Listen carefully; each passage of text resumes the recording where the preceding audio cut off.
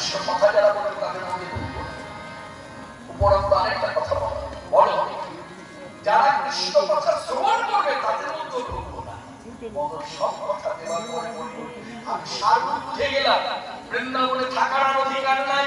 এই অধিকার যখন হারালাম, আমি কথা দিলাম আমি আর কখনো আসবো না, আমি আর কখনো আসবো না, বৃন্দাবন ছেড়ে চলে যাবো, আমি আর কখনো আসবো না, বৃন্দাবন ছেড়ে চলে যাবো, এখানে মদনের কোনো অধিকার নাই, বৃন্দাবন ছেড়ে চলে যাবো, এখানে মদনের কোনো অধিকার নাই, আমি আর কখনো আসবো না।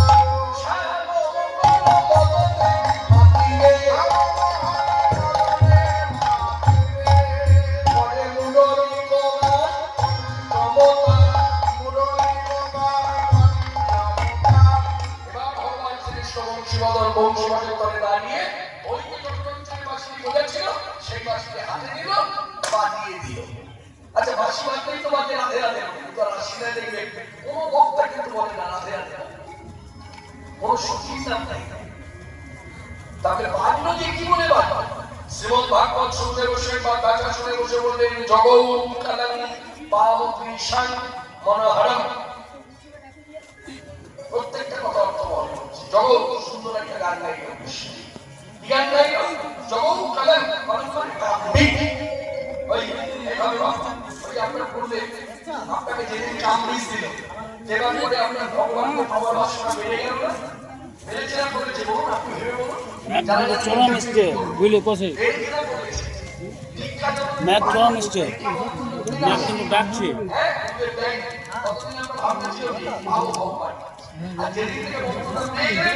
পাবো বলে বসে রাখলে হবে না, পেটে হবে, পেটে হবে কিরকম ছোটটা কিরকম ভাবতের কথা মনে রাখবেন। গোটা পৃথিবীতে ভগবান তত্ত্ব দাঁড়িয়ে আছে অনুভবের উপরে, এগুলো কথা অনুভব যদি আপনার থাকা বুঝতে পারবেন, আর অনুভব যদি না থাকে আমার ক্ষমতা নাই, আমার অনুভব ভেতরে বসে ছোটা কাকে বলে কি নাম্বারে আসা যায়, নাম্বারটাকে বলে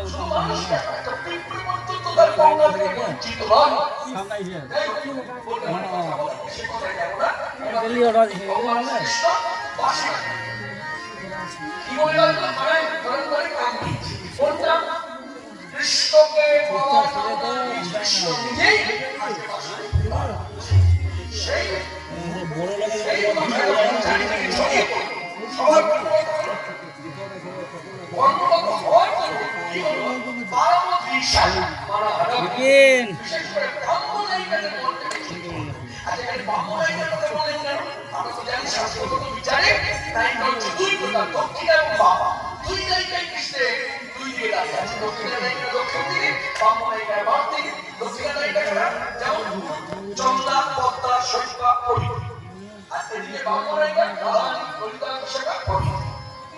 তাহলে বাদিকে দাঁড়িয়ে আছে বলে বামনাইকা, দক্ষিণ দিকে দাঁড়িয়ে আছে বলে দক্ষিণ নাইকা হচ্ছে না,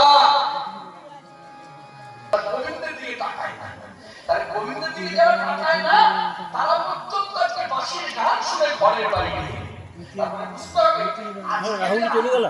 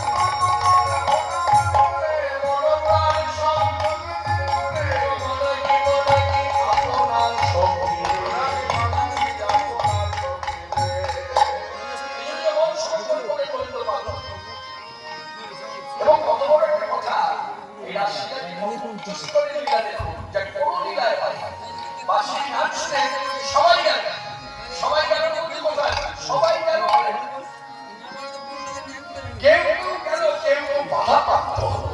সবাই যেতে পারে, ভাত দেবে নাকি?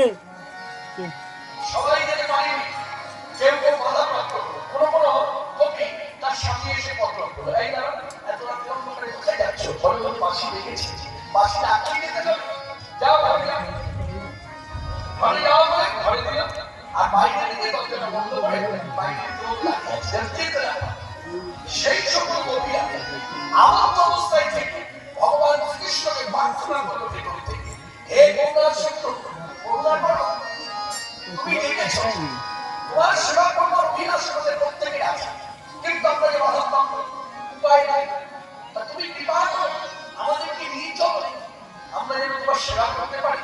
গোবিন্দ তাদের ডাক শুনলেন, রীতিমতো তাদের ডাকে মর্যাদা দিলেন, যার জন্য ঐশ্বর্য বক্তা লিখতে বাধ্য হলেন পদে, বিছাইয়ে